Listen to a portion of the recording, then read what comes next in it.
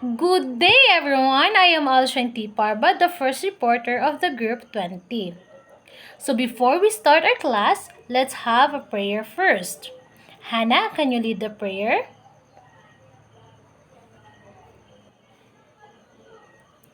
So good morning again, class. So before you take your seat, kindly pick up those small pieces of trash under your chair and arrange your chair properly. So is there any absent for today, class? Very good. Let's give 3 rounds of applause to yourselves. So before we proceed to our discussion, I will group you into 5 groups and you are going to arrange the words, then read it loud and clear. Then the first group who done first will be given 10 points. Are you ready, class? Then let's start now.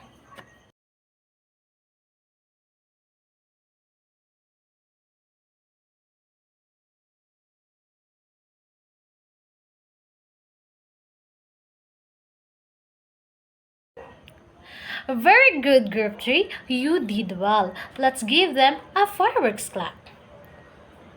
So now, class, do you have any idea about our topic? But before we proceed to our discussion, what was our topic last meeting? Can you please stand, Ishi? What is our topic last meeting?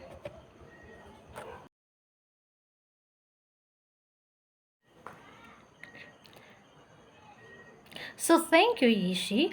So the global citizen understand that technology has dissolved boundaries between all the world's people. So now I have some rules and regulations in this class. So first, don't talk to your seatmate while I am discussing. Second, don't use your cell phone or gadgets inside the classroom. Third, if I'm asking and you want to answer, just raise your right hand and don't answer in chorus. If you have a question, just raise your hand. And lastly, listen to me. Listen to me, and then if I see you that you didn't listen, then you can go out in our classroom. Do you understand, class? So, before we proceed to our discussion, here are some objectives. Objectives. So at the end of the lesson, 75% of the students from BS Ed Filipino 3A must have A. Define netizenship and netiquette. Second, formulate a set of netiquette guidelines and create a campaign video to promote netiquette. So, what do you observe to our activity earlier? What is your idea, Cheryl?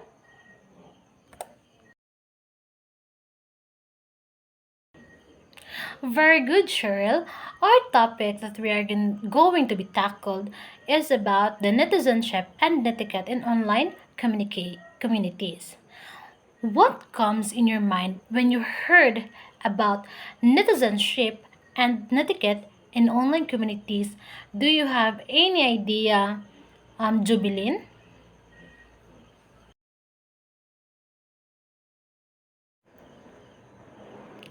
Thank you, Jubilin. But before that, what is netizenship? So the term netizen is a portmanteau of the English word internet and citizen, as in a citizen of the net or net citizen. So who are the citizen? We. We are the citizen and the net is network. Yes. So it describes a person actively involved in online communities or the internet in general. So we are the person are connected to the internet. So next, what is netiquette? Netiquette is a short for internet etiquette. Is the rule of conduct for respectful and appropriate communication on the internet or a code of polite behavior in the internet. So netiquette it also includes such as values, tolerance, respect, and helpfulness. This also means that only one language by everyone should use. In a school group chat, your child should always make sure that all the chat members are on the same level. For the example, during review or the revision. So here are some 8 guidelines of etiquette. So first, protect your reputation. Second, respect others. Third, express yourself clearly and use emotion. Fourth, remembering the intellectual property. Fifth, check spelling, grammar, and sixth is pause before you post. Seven, do not share your personal information. And lastly, 8, think about who you are or what you are representing. So first, we will tackle the uh, protect your reputation. So the I use sure both whether in real life or virtual world, you are the same person. Do not only what is appropriate and share information that does not harm you as a person because protecting your reputation, a practice that helps protect your reputation by improving your online presence and controlling how people perceive you in real life or in online. Respect others, so respect biggest respect. Express yourself clearly and use emotions. Um, Respecting others means treating them with consideration and regard and valuing their feelings and opinion, even if you don't agree with them. Here are some ways to show um, respect. So first, listen.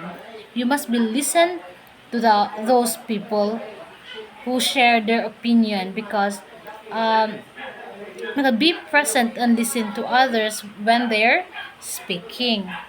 And second, be thoughtful. Consider others' feelings and be mindful of your language and tone, especially um, in online communication because we didn't hear their tone. So we must um, think what we want to send them the message. Third is be polite. Use manners when addressing people. Wait your turn and say thank you. Be accepting. Accept others on an equal basis and respect their differences in beliefs and opinion. Be compassionate. Lend a helping hand and address mistake with kindness. Be respectful of boundaries. Respect physical boundaries. Be open. Engage in open and honest communication. Be formal. Use more formal greetings such as good morning or good afternoon. For the example, you are going to message your instructor and you just message them directly, direct to the point. That's not a good idea. You must greet them. So for the example, good good day, ma'am. I am Alshain T. Parba, BSed Filipino, and I want to. You must,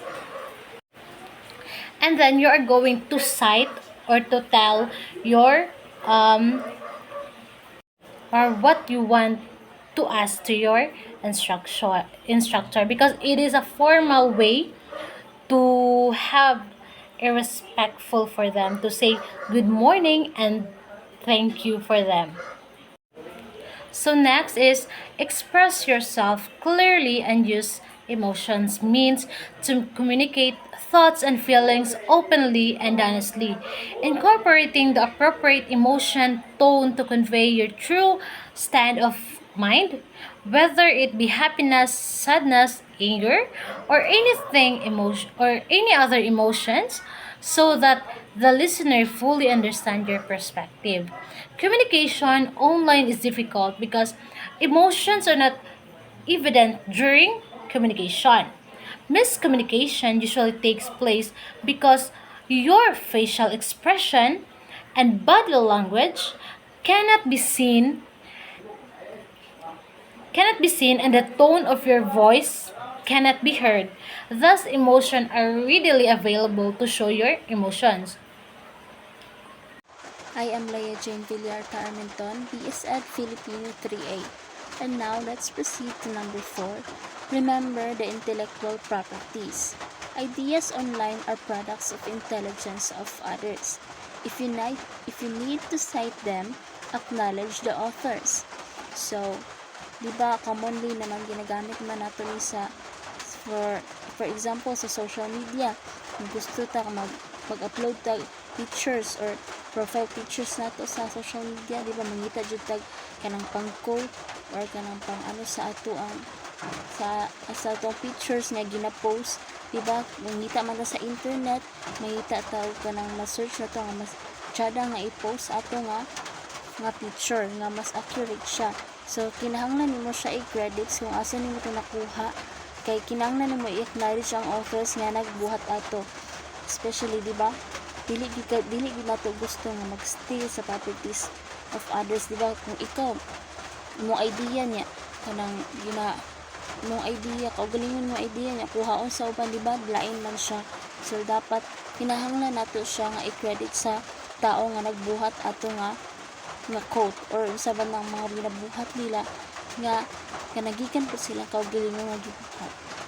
And then let's proceed to number 5. Check spelling, grammar, and punctuation. Since your face cannot be seen online, you will be judged according to your post. Good writing means good manners. We do not want to waste other people's time reading our post which is incomprehensible. So what do we mean by this? So especially kita kanang sa generation karon mahilig kayo mag-rant sa online, especially social media, commonly Facebook, siguro ang iban Instagram, Twitter, pero commonly na ginadiri especially diri sa Philippines na kanang sa Facebook, dira ko kusog kayo mag-rant, especially mga students, varieties of people dira na gid gina pagawa sa ilang saloobin. So kinahanglan that we need to be mindful, check your spelling, grammar, and punctuation, especially kung mag-English ka, dapat you know how to construct your words, you know how to use the proper words nga without being judged by others. Kay kana di ba gingon pa diri ko good writing means good manners. So we all know what they mean about this. And that's all. Thank you. Number 6. Pause before you post. Take note that whatever you post becomes permanent, therefore think twice or thrice before you click send. This simple act is crucial for avoiding impulsive or regrettable actions. Number 7. Do not share your personal information. Sharing your personal information online is like going around the streets wearing a shirt printed with your name, birthday, address, name of parents. You definitely do not want to reveal all this to many people. Besides, providing all this publicly will make you prone to identity theft. Example is avoid sharing your full name, home address, phone number, or financial details on public forums or social media. Number 8. Think about who or what you are representing. As a son, daughter, you represent your family. As a student, you represent your school. You do not want your family or school to be put to shame by what you do. Your action reflects not only yourself but also on any group or organization you may be associated with. Example, if you are a member of a professional organization, your online post should reflect the values and ethical standards of that organization. And if you are a parent, then your post should be appropriate for children to see. Do you have any clarification, class? Okay, so if you don't have any question, then Ria May, what have you learned about our topic for today?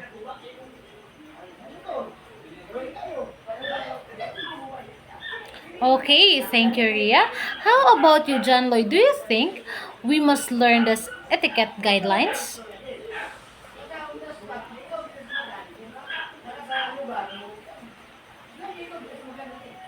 Thank you so much, Ria and John Lloyd. Let's give them a three claps. So, class, what are the 8 guidelines of etiquette?